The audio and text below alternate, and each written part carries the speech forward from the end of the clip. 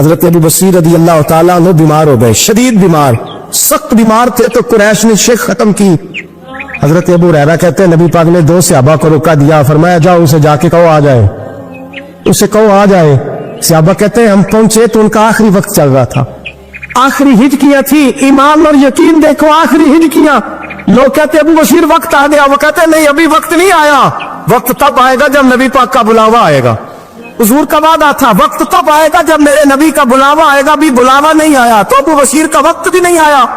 صحابہ کہتے ہیں ہم نے جا کے رکا تھمایا، اٹھنے کی بھی طاقت نہیں تھی۔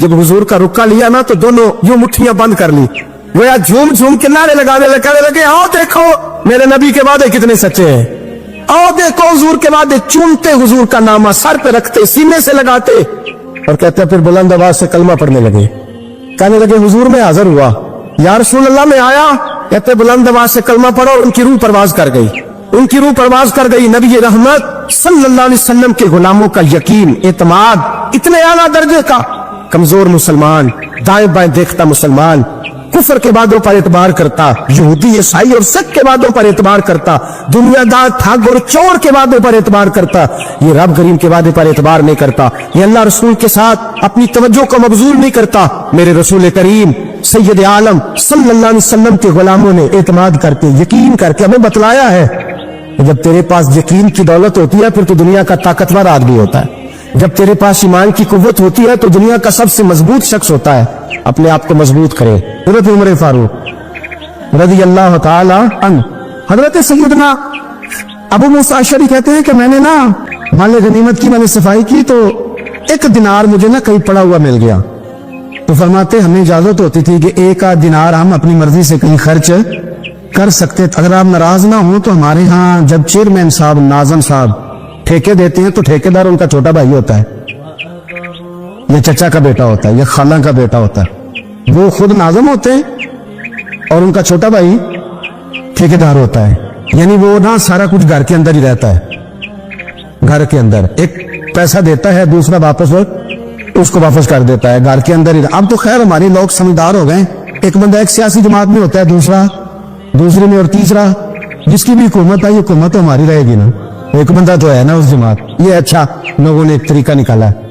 تو حضرت عمر کے بیٹا گزر رہا تھا تو حضرت ابو موسیٰ اشعری کہتے ہیں میں نے صفائی کی تو 1 دینار نکلا، تو میں نے وہ 1 دینار نا حضرت عمر کے بیٹے کو دے دیا، میں نے کہا لو بیٹا اپنے چچا کی طرف سے تحفہ۔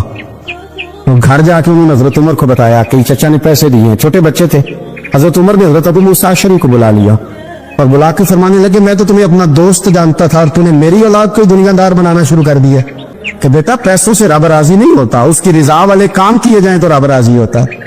اور فرمایا تمہیں کوئی اور گھر نہیں ملا تھا تباہ کرنے کے لیے، میرا ہی گھر ملا تھا، اٹھاؤ اپنا دینار اور خبردار آج کے بعد میرے بچوں کے ساتھ یہ والی نیکی نہ کرنا۔ اور ہمارا کیا سٹیٹس ہے، دوستی ہے یہ اس سے جو تحفے زیادہ دے، یہ بچوں کو خراب کرنے میں مدد زیادہ کرے اس کے ساتھ گرام۔ چند ایک باتیں 2-3 مختلف موضوعات پر ذہن میں حاشیہ خیال میں ہیں جو آپ سے کرنا چاہتا ہوں۔ ایک تو میں نے آیہ کریمہ پڑھی ہے، اللہ تعالیٰ نے فرمایا کہ یا ایھا الذین آمنوا توبوا الی اللہ توبۃ نصوحا، فرمایا ایمان والو اللہ کی طرف توبہ کرو، اور توبۃ نصوحا کرنا سچی توبہ کرنا۔ ہر شب برات پہ، شب قدر پہ توبہ کا عنوان ہر جگہ پہ بیان کیا جاتا ہے۔ اس کی ایک خاص حکمت ہے، وہ یہ ہے کہ اسلام وہ خوبصورت مذہب ہے جس میں توبہ کا دروازہ ہمیشہ کھلا رہتا ہے۔ ہمارے ضمیر پر روز خود بخود اس بات کی دستک ہوتی ہے کہ یار تجھے ٹھیک ہو جانا چاہیے۔ جب ہم اس پر قرآن پاک کی آیات سنتے ہیں، احادیث مبارکہ سنتے ہیں، بزرگان دین کی بات سنتے ہیں، تو ہمارے ضمیر میں بات پہلے سے موجود ہوتی ہے کہ ٹھیک ہونا چاہیے، تو وہ قرآن و سنت کی بات اس میں مزید، میں بھی جانتا ہوں آپ بھی جانتے ہیں کہ اگر ہم نے کسی شخص کے ساتھ زیادتی کی ہو تو معافی کا کیا طریقہ ہے۔ ایسا تو نہیں ہوتا کہ آپ اس کے سامنے بیٹھیں اور بیٹھ کے آپ کہیں معاف کر دے، معاف کر دے، معاف کر دے، معاف کر دے۔ آپ کو یہ بھی پتہ ہوتا ہے کہ یہ بندہ کس طرح کا ہے، یہ بھی پتہ ہوتا ہے میری زیادتی کس طرح کی ہے، یہ بھی پتہ ہوتا ہے کہ راضی کیسے ہوگا۔ ہم وہ سارے لوازمات جمع کرتے ہیں، اور اگر ہمیں یہ پتہ ہونا کہ میرے اکیلے سے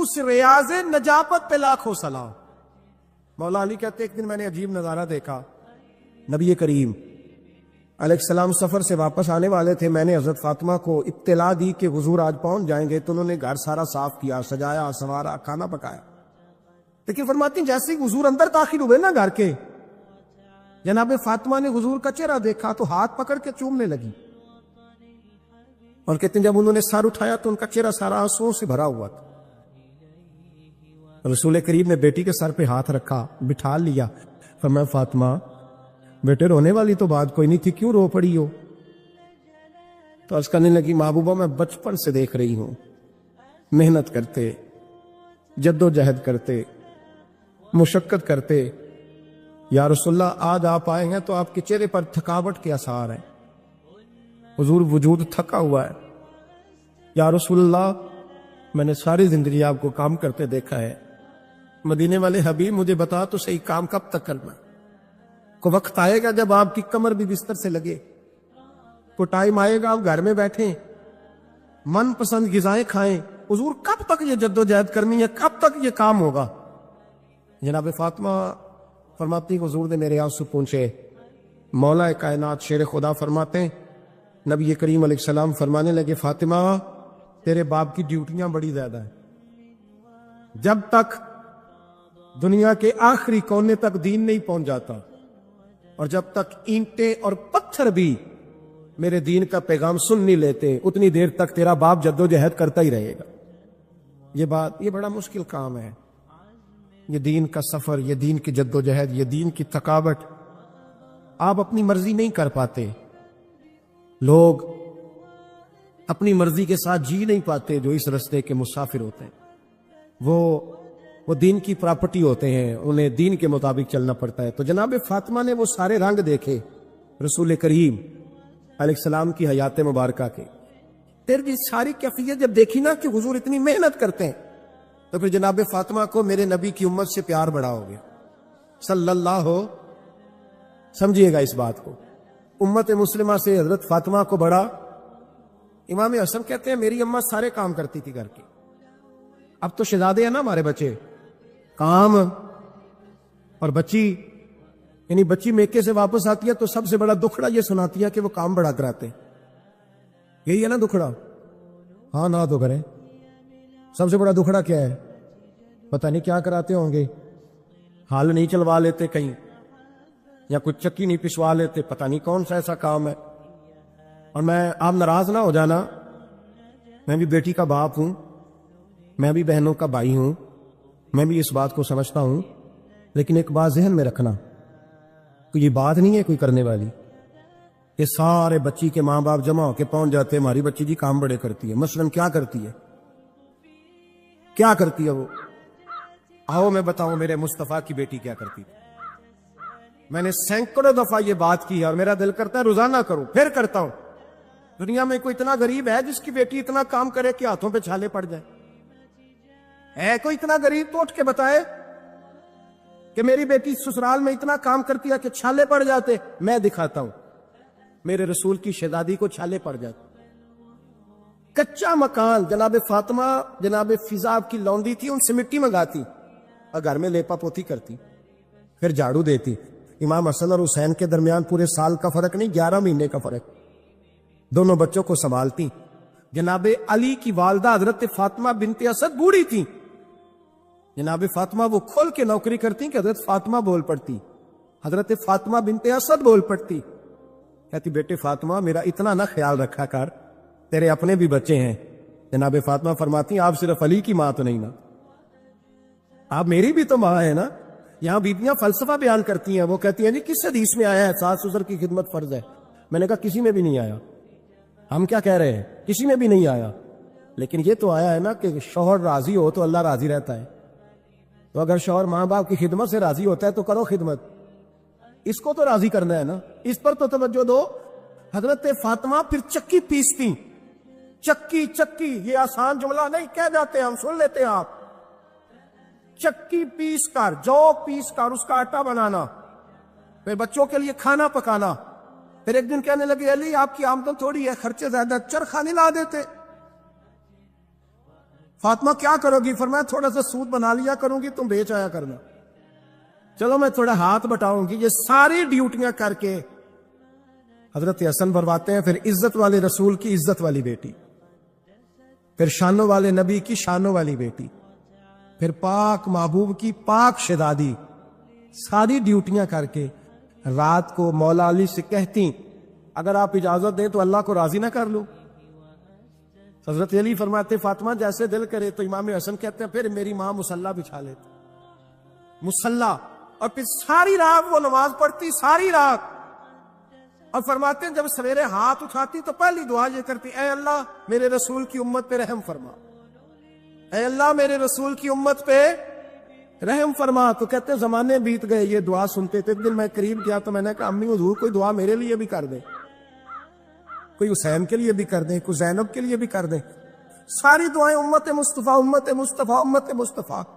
کتنا بڑا جملہ ہے، کتنا بڑا، شیخ محقق نے لکھا ہے کتنا بڑا۔ جناب فاطمہ فرمانے لگی تیرے لیے بھی کرتی ہوں، حسین کے لیے بھی کرتی ہوں، زینب کے لیے بھی کرتی ہوں، سب کے لیے کرتی ہوں۔ اور میں کہا یاد رکھنا فاطمہ کی دعاؤں پر پہلا حق میرے رسول کی امت کا ہے۔ فاطمہ کی اصل میں بات بہت خوشی کی سنا دی میں نے آپ، لیکن آپ وہی سست کے سست رہ گئے۔ یہ کسی عام آدمی کی دعا نہیں، پیر صاحب کی، درویش صاحب کی رٹی رٹائی دعا نہیں، یہ سیدہ فاطمہ کی دعا ہے۔ آپ کو اتنا بڑا خزانہ مل رہا ہے اور آپ سمجھے نہیں بات کو۔ حضرت فاطمہ فرمانے لگی میری دعاؤں پر سب سے زیادہ حق میرے رسول کی امت کا ہے، تو میں یہ حق ہمیشہ ادا کرتی رہوں گی، میں انہیں دعائیں ہمیشہ دیتی رہوں گی۔ حضرت فاطمہ بڑا پیار کرتی ہیں۔ امام حسن کہتے ہیں کہ ایک پورا دن گزر گیا، کھانے کو کچھ نہ ملا، اگلی شام آ گئی تو چند روٹیاں کھانے میں ملیں، جو لائے حضرت علی، جناب فاطمہ نے پیس کے روٹی پکائی۔ فرماتی ہیں سب کو کھانا کھلا دیا تو اپنی روٹی آپ نے رکھ لی۔ جب آپ کھانا کھانے لگی، کھانے پر ہاتھ ہی رکھا تھا کہ دروازے پر کسی نے صدا دی، تو کہتے ہیں بولنے والے کے لفظ بڑے عجیب تھے، جس نے صدا دی نا اس کے لفظ بڑے عجیب تھے۔ کہنے لگے اور رسول اللہ کی بیٹی، میں 2 دن سے فاقے میں ہوں، تو مجھے پتا ہے اس گھر سے روٹی ضرور ملے گی۔ جناب فاطمہ نے نہ کھانا اٹھایا، امام حسن کو کہنے لگی بیٹے دے آ۔ جناب حسن کہتے ہیں مجھے بڑی تکلیف ہوئی، ہم سب کھانا کھا چکے تھے، مولا علی بھی کھا چکے تھے، صرف میری اماں نے نہیں کھایا تھا۔ ماں اور بیٹے کا پیار، اور پھر حسن حسین اور سیدہ کا پیار۔ فرماتے میں نے کہا اماں جی آدھی دے دیتے ہیں، آدھی آپ کھا لیں، پورا دن گزر گیا آپ فاقے سے ہیں۔ تو کہتے ہیں حضرت فاطمہ نے میرے سر پہ ہاتھ رکھا، پھر میرا ماتھا چوما، کہنے لگی بیٹا تو نے اس کی آواز نہیں نہ سنی جس نے صدا لگائی، اس نے نہ تو علی سے بات کی نہ تیرے ساتھ بات کی، اس نے تو کہا رسول اللہ کی بیٹی، تم نے صدا نہیں نہ سنی، اس کے لفظ کیا ہے، اس نے تو میرے ساتھ بات کی۔ پھر فرمایا بیٹے میں 1 دن سے فاقے میں ہوں، وہ 2 دن سے فاقے میں، میرا 1 دن گزارا اور ہو جائے امت کے ساتھ۔ ایک دن نا ایک نبی پاک کی بارگاہ میں شخص آیا، اس نے کلمہ پڑھا، قبیلہ بنو سلیم سے اس کا تعلق تھا۔ نبی کریم علیہ السلام نے اس سے اس کی مالی حالت پوچھی، تو عرض کرنے لگا یا رسول اللہ صلی اللہ علیہ وسلم میرے قبیلے میں 3000 لوگ ہیں اور سب سے غریب میں ہی ہوں۔ نبی کریم صلی اللہ تعالی علیہ وسلم نے فرمایا اس کی مدد کرو بھائی۔ حضرت سعد بن عبادہ اٹھے تو انہوں نے نا اس کو کہا کہ میری اونٹنی باہر کھڑی ہے، تو یہاں سے اٹھ کے چل، میں اونٹنی تجھے دیتا ہوں۔ مولا علی شیر خدا اسی وقت اٹھے اور آپ نے اپنے سر سے امامہ شریف اتارا، فرمایا میں نے کل ہی خریدا ہے، یہ میں تمہیں تحفے میں دیتا ہوں۔ حضور نے نا حضرت سلمان فارسی کی ڈیوٹی لگائی، فرمایا اسے سواری بھی مل گئی، کپڑے بھی مل گئے، اس کے کھانے کا بندوبست کر، پتہ کر کس گھر میں کھانا ہے تو لا۔ حضرت سلمان فارسی کہتے ہیں میں گلی میں نکلا تو پہلی نظر میری سیدہ فاطمہ کے دروازے پہ پڑی، میں نے دستک دی، سیدہ فاطمہ اندر سے بولی کون ہے؟ میں نے کہا میں غلام سلمان فارسی۔ جناب فاطمہ تزارا سے میں نے عرض کی ایک بندہ آیا ہے، کلمہ پڑھا ہے، اور وہ کہتا ہے 3000 آدمی میرے قبیلے میں اور سب سے غریب میں ہوں، تو اماں جی اس کو مولا علی نے امامہ دے دیا ہے اور حضرت صاحب بن عبادہ رضی اللہ تعالیٰ عنہ نے اونٹنی دے دی ہے۔ اب وہ حضرت فاطمہ فرما سکتی تھی کہ جب شیر خدا نے دے دیا ہے تو ہمارا پہ حصہ پڑ گیا، تو فرمانے لگی بھائی میرے ساتھ کیا مطالبہ ہے بتاؤ جلدی کرو۔ کہا کھانا نہیں کھایا اس نے، تو آپ فرمانے لگی کھانا دیتے۔ حضرت سلمان فارسی کہنے لگے اماں جی کھانے میں کیا ہے؟ تو کہنے لگے کچھ بھی نہیں، 3 دن ہو گئے حسن حسین نے روٹی نہیں کھائی، پر بڑا کچھ ہے میں دیتی ہوں۔ کہتے میں سوچ میں پڑ گیا کہ انہوں نے 3 دن سے نہیں کھایا، پھر بھی بڑا کچھ ہے، پھر بھی ہم نے نا جو کھایا ہے اور باقی کا سالن فریج میں رکھا ہے، پرسوں والا بھی فریز ہوا پڑا ہے، شام کی سبزی آ گئی، کسی نے پوچھا حال کیا؟ کہتے سب سے غریب میں ہی ہوں، بڑا مالا بندہ ہوں، رو پڑیں گے، پریشان۔ کہا بچوں نے 3 دن سے روٹی نہیں کھائی، پر سلمان بڑا دیا ہے میرے اللہ نے، بڑا کچھ ہے۔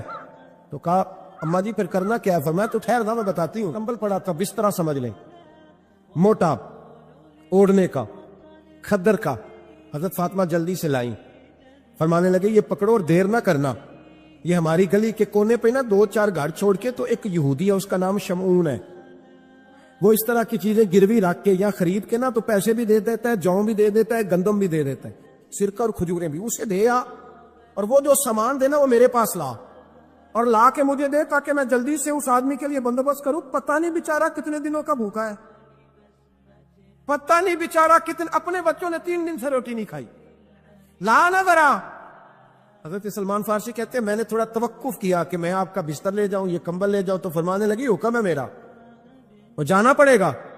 جناب سلمان فارسی کہتے ہیں میں شمعون یہودی کے پاس گیا، میں نے کہا یہ کمبل لو، چاہے تو نگد پیسے دے دو، سامان خرید لیتے ہیں، اور چاہے تو اناج، جوں، سرکہ، کھجوریں جو تمہارے پاس ہے دے دو۔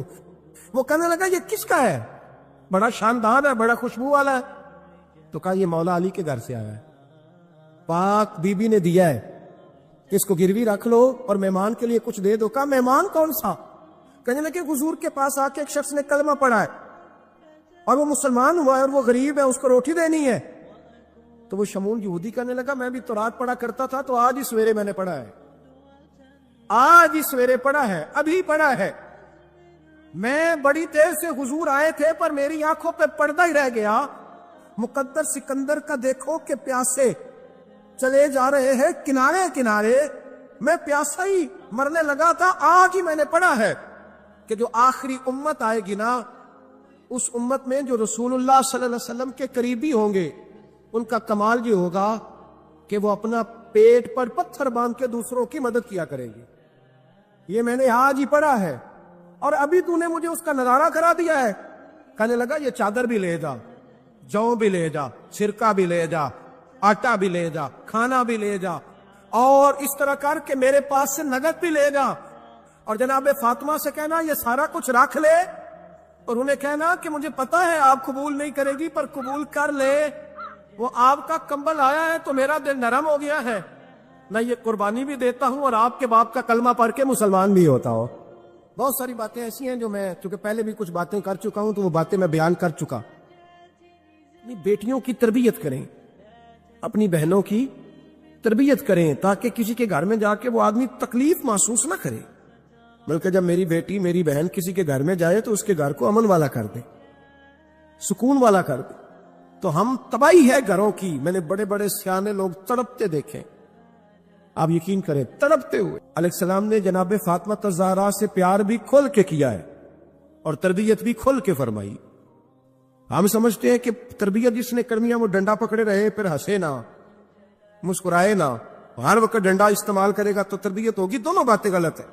تربیت بھی کرنی ہے اور پیار بھی کرنا ہے۔ حضرت فاطمہ الزہرا حضور علیہ السلام کی 7 اولادیں ہوئیں، 3 بیٹے اور 4 بیٹیاں، اور چاروں بیٹیوں میں سب سے چھوٹی ہیں جناب فاطمہ۔ نبی پاک کی 4 بیٹیاں ہیں، 4 بیٹیاں حضور کی، چونکہ پہلی 3 بڑی تھیں، جلدی شادیاں ہو گئیں، اپنے گھروں کو چلی گئیں، جناب فاطمہ سب سے چھوٹی تھی، زیادہ وقت نبی پاک کے ساتھ رہیں، اور پھر شادی کے بعد بھی حضور کے بالکل قریب رہیں، اور پھر رسول پاک نے اپنی نسل کا چلنا بھی جناب فاطمہ سے بیان کیا کہ انہی سے میری اولاد چلے گی، اس لیے ان کا تذکرہ زیادہ ہے۔ یہ ظلم نہ کیا جائے کہ حضور کی شہزادی ایک تھی، نبی پاک کی 4 بیٹیاں ہیں۔ حضرت خدیجہ فرماتی ہیں حضور جب گھر آتے نا تو دروازے پہ کھڑے ہو کے اونچی آواز میں فرماتے السلام علیکم، کہتے ہیں حضور نہ سلام لیتے، میں جواب دیتی، اپنے گھر حضور آئے ہیں پر نبی پاک دروازے پہ کھڑے، فرماتی ہیں کھڑے رہتے حضور، میں پھر تھوڑا ہنستی اور پھر میں کہتی فاطمہ سنتی ہو؟ اماں جی سنتی ہوں۔ فرمایا تمہارے ابا آ گئے ہیں دروازے پہ۔ تو فرماتی ہیں جناب فاطمہ وہاں سے دوڑ کے آتی اور رسول کریم کا دروازہ کھولتی، پھر نبی پاک کو انگلی سے پکڑ کے اندر لاتی۔ فرماتی جب تک وہ جاتی نہیں اللہ کے رسول دروازے پہ کھڑے رہتے، یا رسول اللہ میں اپنے رب کو کب دیکھوں گی؟ اللہ اکبر، عمر چھوٹی اور بات بڑی کر دی، میں کب دیکھوں گی؟ تو حضور نے فرمایا فاطمہ بڑی جلدی، رب کریم تمہیں جنت میں لے جائے گا اور ساری جنتی عورتوں کی سردار بنائے گا، اور پھر میرا رب تجھے اپنا دیدار بھی کرائے گا۔ تو جناب فاطمہ تو زہرا رضی اللہ تعالیٰ عنہ چھوٹی چھوٹی باتیں کرتی ہیں۔ حضرت ختیجہ کہتی ہیں جب چلی جاتے نا حضور تو میں پھر بلاتی، میں کہتی ادھر آنا فاطمہ، کیا باتیں کر رہی تھی اپنے ابا سے؟ تو کہتی پھر وہ مجھے بتاتی بھی اور راضی بھی ہوتی۔ یہ سلسلہ آخر تک چلا، یہ حضرت فاطمہ سے راز کی باتیں کرنا حضور کا آخر تک چلا۔ بخاری مسلم میں حدیث، وہاں راوی حضرت ختیجہ ہے، یہاں راوی حضرت عائشہ صدیقہ ہے۔ جناب عائشہ صدیقہ کہتی ہیں حضور کے وصال ظاہری سے کچھ دن پہلے خود نبی کریم علیہ السلام نے حضرت فاطمہ الزہرا کو بلایا، اور جب وہ آئیں تو کہتی ہیں ان کو میں نے آتے دیکھا تو میں نے پھر حضور کو ان کے استقبال کے لیے کھڑے ہوتے بھی دیکھا، پھر حضور نے ان کا ماتھا چوما، جہاں بیٹھے تھے وہاں بٹھایا، پہلو میں بیٹھ گئے، اور فرماتے ہیں پھر باپ بیٹی باتیں کرنے لگے۔ میں کوئی چیز بنا رہی تھی تو جناب عائشہ کہتی ہے میں نے دیکھا کہ حضور نے ان کے کان میں کوئی بات کہی، تو جناب فاطمہ رونے لگ گئی۔ پھر حضور نے کان میں کچھ کہا تو وہ مسکرانے لگی۔ کہتی ہے حضور وہ بات کر کے تشریف لے گئے، فاطمہ بھی بیٹھی تھی، میں آئی، میں نے آ کے کہا کہ فاطمہ بتاؤ نبی کریم علیہ السلام نے آپ سے کیا کہا؟ کبھی ہنستی تھی کبھی روتی تھی، تو فرمایا حضور نے منع کیا ہے، یہ میرا اور میرے نبی کا راز ہے، میں حضور کی حیات ظاہرہ میں یہ بات کسی کو بتا نہیں سکتی۔ فرماتی ہے کہ فاطمہ سے تو میں نے پوچھ لیا پر حضور سے پوچھنے کی تو ضرورت ہی نہیں تھی نا، لیکن وہ راز کی بات تھی۔ کچھ دن گزرے تو حضور بیمار ہو گئے، پھر کچھ دن گزرے تو حضور کا وصال ہو گیا۔ فرماتے کچھ عرصے کے بعد میں سیدہ فاطمہ الزہرا سے ملی تو میں نے کہا فاطمہ وہ بید کھول تو دے، آج تو کھول دے وہ راز کیا تھا؟ آپ کو بلایا گیا، پھر آپ آئیں، پھر حضور نے بات کی، پھر نبی کریم علیہ السلام کے بات کرنے پر کبھی آپ روئی کبھی آپ ہنسی، تو یہ کیا تھا؟ تو کہتی ہے جناب فاطمہ پھر رونے لگی، کہنے لگی ہاں اماں جی اب میں پردہ کھول دیتی ہوں، اب میں راز بتا دیتی ہوں، حضور کا وصال ظاہری ہو گیا۔ فرمانے لگی مجھے حضور نے بلایا اور میرے کان میں فرمانے لگے فاطمہ وقت تھوڑا رہ گیا ہے، اب تیرے والد نے جانے کا پروگرام بنا لیا ہے، اب نہ ٹائم آ گیا ہے بچھڑنے کا۔ فرماتی ہیں جب میں نے یہ بات سنی تو میں رو پڑی، حضور آپ بچھڑ جائیں گے؟ کہتی ہے میں روئی۔ ذرا حدیث کے جملوں پہ غور کرنا، ماتی تھوڑی دیر گزری تو حضور نے میرے کان میں کہا فاطمہ پتر رو نا، بیٹے رو نا، میرے جانے کے بعد جو سب سے پہلے میرے پیچھے آ کے مجھے ملے گی نا بیٹی وہ تو ہی ہوگی۔ اللہ کرے میں سمجھا سکوں آپ کو بات، جب کہا نا کہ میں وصال کروں گا تو رو پڑی، اور جو کہا نا میرے بعد تیرا بھی جلدی وصال ہو جائے گا تو حضرت فاطمہ نے ہنسنا شروع کر دیا۔ کیا پیار ہے میرے محبوب علیہ السلام کے ساتھ جناب فاطمہ کا۔ ان کے وصال کی خبر سنی تو رو پڑی اور اپنے کی سنی تو ہنس پڑی۔ اور پھر حضور نے کہا فاطمہ تجھے یہ بھی پتا ہے نا کہ اللہ تجھے جنتی عورتوں کا سردار بنائے گا، یہ بھی تجھے پتا ہے۔ تو جناب فاطمہ الزہرا کے ساتھ شروع سے لے کر آخر تک میرے رسول کریم علیہ السلام کی محبت رہی، پیار رہا، اور جناب فاطمہ کا جو حضور سے پیار تھا، ایک کیا باپ کا شفقت کرنا،